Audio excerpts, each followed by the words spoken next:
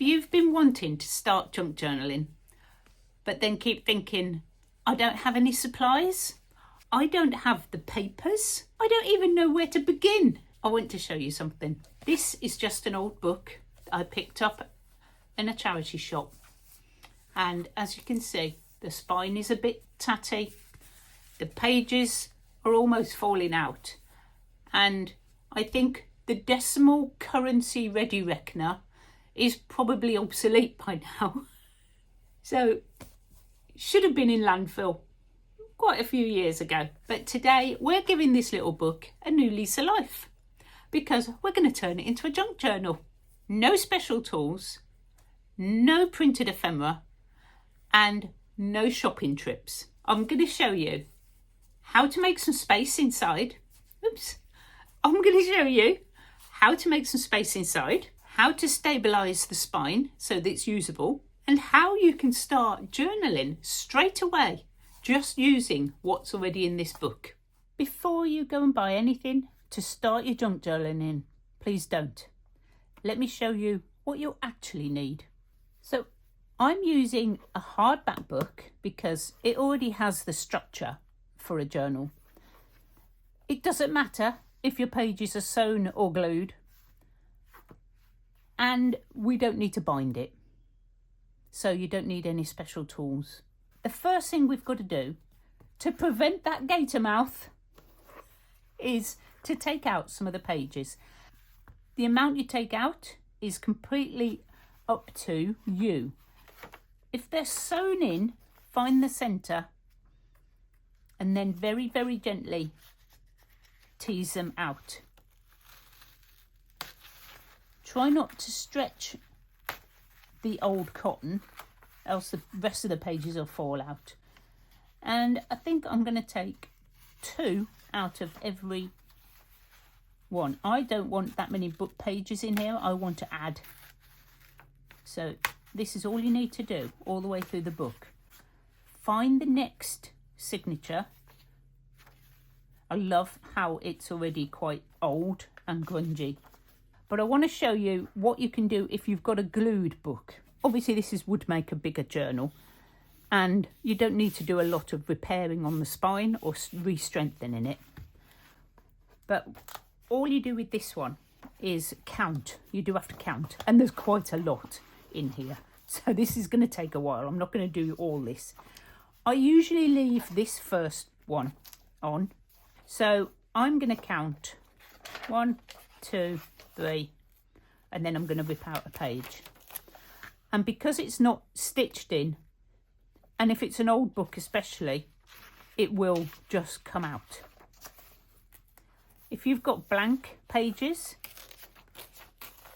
then you can save those and use them in your book as writing spaces. 1, 2, 3, and gently pull it out. Take your time, sit and put the TV on or a YouTube channel. Recrafted by Carol's quite a good one. And just count your way through the book. If yours are not ripping out very well, get yourself a ruler and just rip like that. And just glue this one down to this page. So I've taken out pretty much half of the book, more than half of the book. I actually took out 3 pages from every signature. So the pages I've took out are bigger than the pages that are left, which is perfect because some of these will be going back in. We need to make it strong enough to hold all of the bits that we're going to put inside. So there's a few things that you can do with this, and I've got out a selection just to show you. You can use fabrics on your spine. I've got some hessian, which you could put down the spine. Ribbon doesn't match, so I'm not going to use the ribbon. Even brown paper, if all you've got is packaging, you can use brown paper just to strengthen that spine up. We're not using that either because I found this and I thought this was perfect. So this is what I'm using for mine.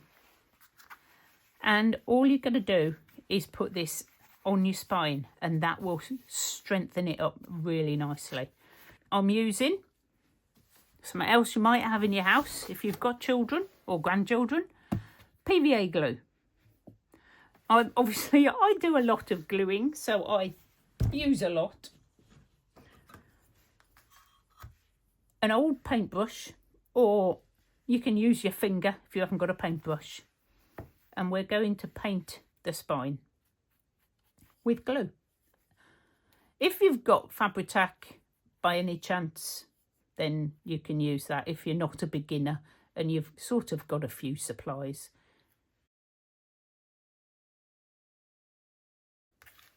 And then we're putting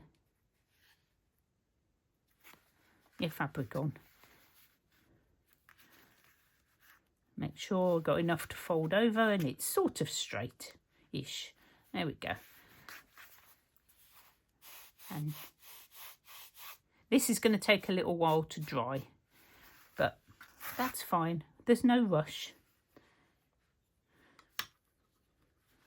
This is just the base. You could add some lace down there as well if you wanted to. I'm not going to do a lot of decorating on this. I just love the way that it's this, and it's got the old pounds and pence thing on it. I know.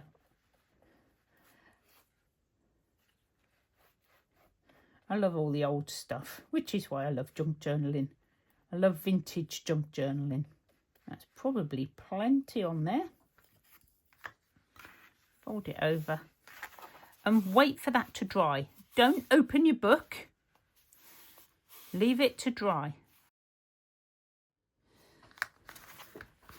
So all dry, and that has reinforced my spine. Very happy with that. So you may find when we assess the book, before we start building in it, we need to make sure that our pages are not going to fall out. And as you can see, this one is quite loose. So one way to very quickly do this is masking tape. It's like a perfect colour match. I do have another way to show you. If you don't want to use masking tape, or you haven't got any, not everybody has, if you don't do painting, but it is a really good way to strengthen your pages, because what we don't want to do is add bulk into the centre. Right, so the back of that one, I think I'll just show you, is I've got one of the pages that I've already took out, and all I'm going to do is glue that over the gap. What I might do is glue the page instead of the paper.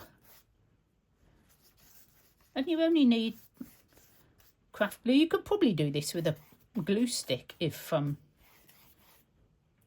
your pages are very, very thin. And vintage books usually are. So I'll pop that in, and I'm just going to add that down, and then I'll just top up on the outside, just like that. Doesn't matter. Not losing loads of glue. Doesn't need loads of glue. So we have reinforced the spine. We've reinforced our pages inside. And I'll go through and double check that there's no more that need reinforcing before we carry on. As you can see, the very few pages I've got left in here, my reinforced spine, and just a lovely vintage book to start creating in. You can also make your pockets out of the book pages that you've taken out of the book. So I have cut this one down, and I just took off some of the bulk because we don't want to add too much. Just some of the book page again. You are going to decorate on top of these, so keeping these thin will help not to get that gator mouth that we usually get. I'll show you a couple more that I've done. Well, that was our page there. So obviously, either way, I'm going to put it that way because it's different. And I'm just going to use my PVA. It'll work perfectly. And little corner tuck there. Decorate on top with whatever you want. And this big one was just a page that I just cut down and cut that triangle off. I've still got that triangle, so I could put it on somewhere. Turn over. And you'll notice that I'm putting a lot of the bulk on the outside. There we go. Just glue that down.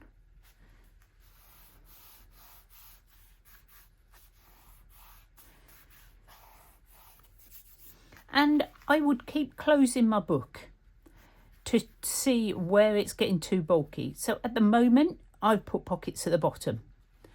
I've put 2 big pockets here. But I will have to put some at the top to just balance it out. So one could go up here. Keep that in mind when you are making your pockets. Keep closing it to see where your bulk's happening, and you can see more down this bit here. If you like to be thrifty in your crafting and making journals from junk, then I've got a free PDF which you can find in the link in the description underneath the video. Thank you for watching. Watch out for the bloopers. You're not going to need any special tools. You're not going to need ephemera. And you don't even need to move your blip. And you don't even need to move from your house. It should have been in landfill quite a few years ago. But today we're giving this little journal. But today we're giving this little book a new lease of life, because we're going to turn it into a junk journal.